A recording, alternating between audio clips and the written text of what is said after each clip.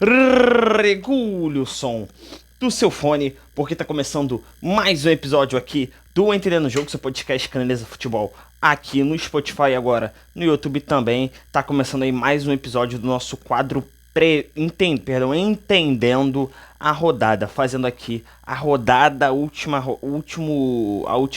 jogo de ida, né? O jogo de ida da semifinal da Copa do Brasil de 2025, né? Os jogos que teve aí desse confronto, tivemos Cruzeiro e Corinthians na última quarta-feira e o clássico Vasco e Fluminense na quinta-feira. Um jogo muito bom, muito emocionante, né? O Vasco e Fluminense foi um jogo muito bacana, um duelo muito interessante aí de se acompanhar.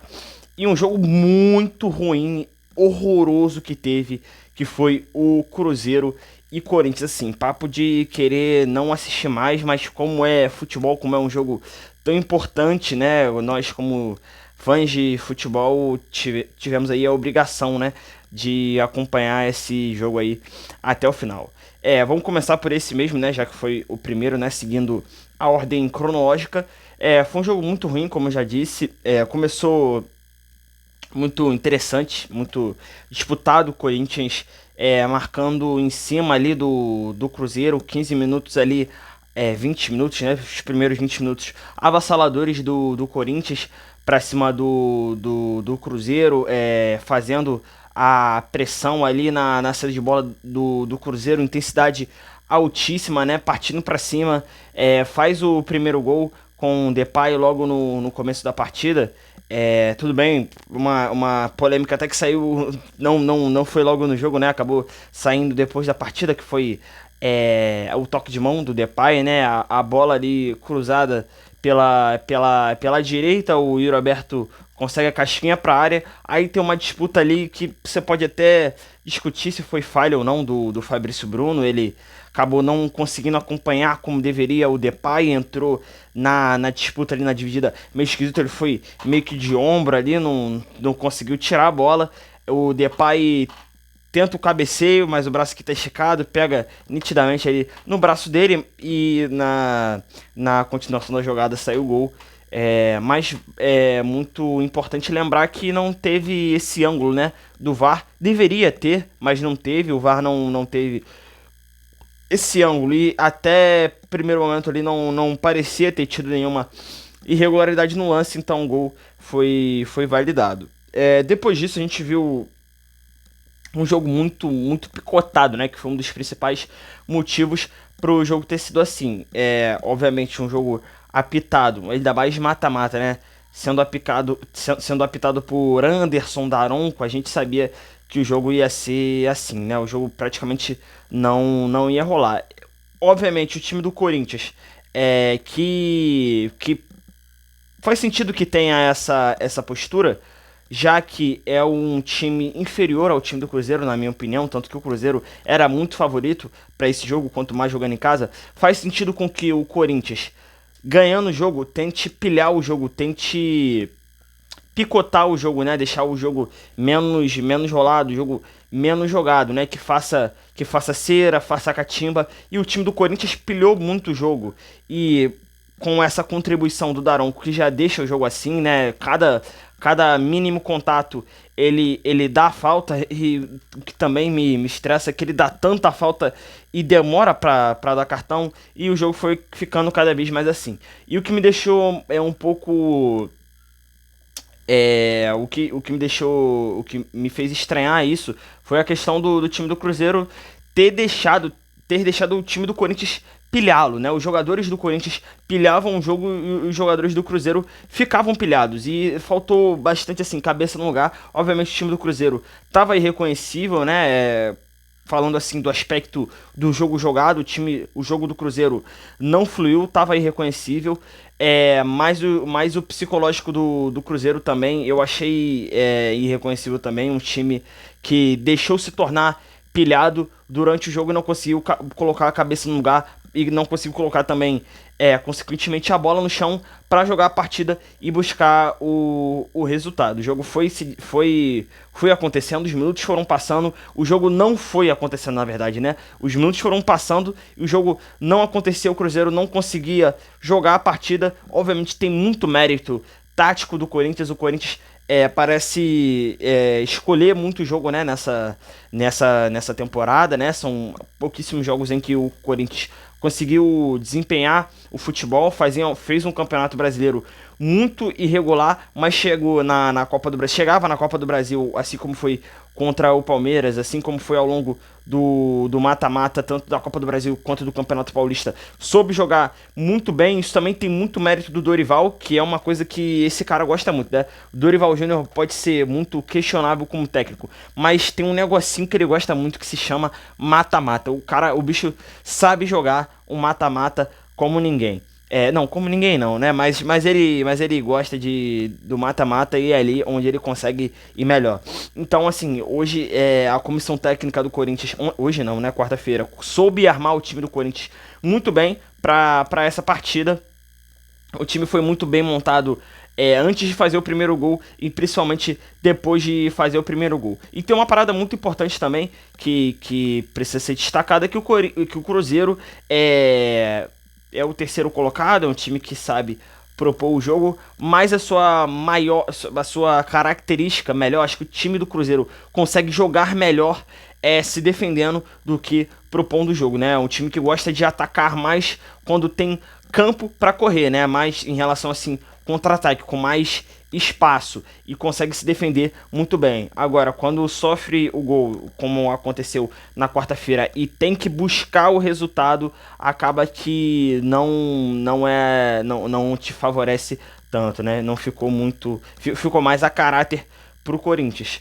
E foi isso que aconteceu. Cruzeiro 0, Corinthians 1. Cruzeiro era favorito, como eu já disse, e continua sendo favorito para mim para se classificar, porque tem um time não um time, mas o time do Cruzeiro jogou a temporada muito melhor do que o Corinthians, e por mais que esteja com um resultado não favorável, e seja na Neoquímica Arena, tem um técnico excelente, né? Fez uma temporada absurda, que foi o Leonardo Jardim. Tem um elenco, acho que inferior até ao do Corinthians. O time do Corinthians tem mais nome ali, tem mais peças, mas eu acho que o time do Cruzeiro, pela temporada 2025, ainda tem grandes chances de conseguir buscar essa classificação na Neoquímica Arena no próximo domingo. Agora vamos para o jogo que foi melhor, né, dessa ida da Copa do Brasil, dessas finais, né? Eles estão chamando assim, as finais da Copa do Brasil, Vasco e Fluminense. Senhoras e senhores, muito bom jogo, tá? E eu gostaria de desejar muito boa noite para vocês que estão assistindo. Teve gol do Ryan ontem, teve uma grande atuação do Ryan ontem. Acho que dá para colocar na conta dele também essa classificação, mas dá para colocar também na conta do Diniz, que vive uma fase muito ruim, vem sendo muito criticado, né, pelas atuações e pelos resultados, principalmente do Vasco, né, pelas últimas partidas, mas quando o cara acerta, tem que se aplaudir também. O time do Vasco fez um segundo tempo muito bom. Primeiro tempo, assim, vamos fazer pela ordem cronológica, que eu gosto de fazer. O primeiro tempo, o time do Fluminense foi superior, jogou melhor. Fez 1-0 merecido, mas também teve trocação, teve bastante lá e cá. O Vasco teve suas chances, né? Teve aquele lançamento do... Perdão, tive que pausar aqui. Teve aquele lançamento do Felipe Coutinho. Não, foi do Coutinho? Foi do Thiago Mendes, eu acho. O do Coutinho do Thiago Mendes, que deixou o Puma Rodrigues em ótimas condições. Ele que realmente vem se mostrado melhor lateral direito do que propriamente... melhor lateral esquerdo do que lateral direito. O curioso caso do lateral direito que joga melhor na esquerda, né? Vai entender. Mas enfim, deu um toque ali por cobertura, buscando a outra opção. Talvez fosse melhor chutar, mas enfim, não saiu o gol. Eu acho que teve suas chances. O Fluminense chegou também, mas conseguiu fazer 1-0 naquela jogada muito bem trabalhada, jogada ensaiada, cruzamento ali pro segundo pau. Thiago Silva tocou para trás e o Serna fez o gol, contou com um desvio da defesa para fazer o gol, e fez um primeiro tempo melhor o Fluminense, né? Acho que quem assistiu só o primeiro tempo deve ter imaginado que o Fluminense ganhou, talvez até por uma vantagem maior, né? Talvez até vencido por 2-0, mas o jogo teve trocação. O Vasco começou um segundo tempo bem melhor, não bem melhor que o Fluminense, mas bem melhor do que fez o primeiro tempo, por mais que não tenha sido ruim, mas o time entrou com mais gás, com mais energia, consegue empatar na jogada aí pela esquerda com o Andrés, a bola sobra ali pro Ryan, ele faz o gol, teve sorte ali, é verdade, mas estava posicionado no lugar certo, na hora certa, faz o gol de empate, o jogo acaba virando aquela trocação, não sai o gol. Tive um duelo muito interessante também entre as torcidas, né? Por mais que eu tenha escutado mais a torcida do Vasco, mas o duelo na arquibancada foi muito bom também. Hora a torcida do Vasco, hora a torcida do Fluminense também respondia, foi muito bacana. Mas aí o Diniz coloca o Verratti, né? E parecia que as duas equipes estavam mais conformadas ali, né? Com o resultado, com o empate. O Ryan não se conforma com o empate, não se deixa entregar pelo resultado, pega a bola, passa pelo primeiro, passa pelo segundo, passa pelo terceiro e chega o quarto, ele sofre a falta. Cobra rápido ali também, e ali no decorrer da jogada o Andrés Gomes acha um excelente cruzamento, grande partida do Andrés Gomes, né, ali jogando pela ponta direita, ótimo cruzamento acho que foi 2 assistências dele, né, se eu não me engano, ou acho que a segunda na verdade não conta porque bateu no Moreira, não sei, enfim, mas foi uma grande partida dele também. Grande cruzamento na cabeça do Verratti, que não acho que é até generoso falar que ele não vive um bom momento, né? Acho que ele vive um momento bem ruim nessa temporada de 2025, mas foi premiado aí por essa oportunidade e por esse oportunismo também que ele teve, e também por ser um grande cabeceador, sem dúvidas um dos melhores do futebol brasileiro. Eu acho uma cabeçada inapelável pro Fábio e virar o jogo pro Vasco. Ele que já tinha. Vale lembrar que por mais que esteja. Pô, esteja não dá, né? Tenha ficado, muito melhor. Tenha ficado boa parte da temporada no banco, ele nunca fez bico, né? Tem se mostrado aí um líder, cada vez mais líder, né? Importante pro Vasco, mesmo que poucas vezes dentro das 4 linhas ele foi premiado aí e fez o gol da virada do Vasco. Tive que pausar aqui de novo, perdão. Outra coisa que eu queria falar é a excelente arbitragem de Rafael Claus. Eu quase falei Anderson Daronco aqui, pelo amor de Deus. Rafael Claus fez uma grande arbitragem. Ele tem essa característica, né, de deixar o jogo correr. Não sei se eu já deixei isso claro, mas eu prefiro muito mais uma arbitragem que deixa o jogo correr do que uma arbitragem picotada, né? Ele foi muito bem, por isso que eu gostava muito do David de Oliveira Lacerda, né?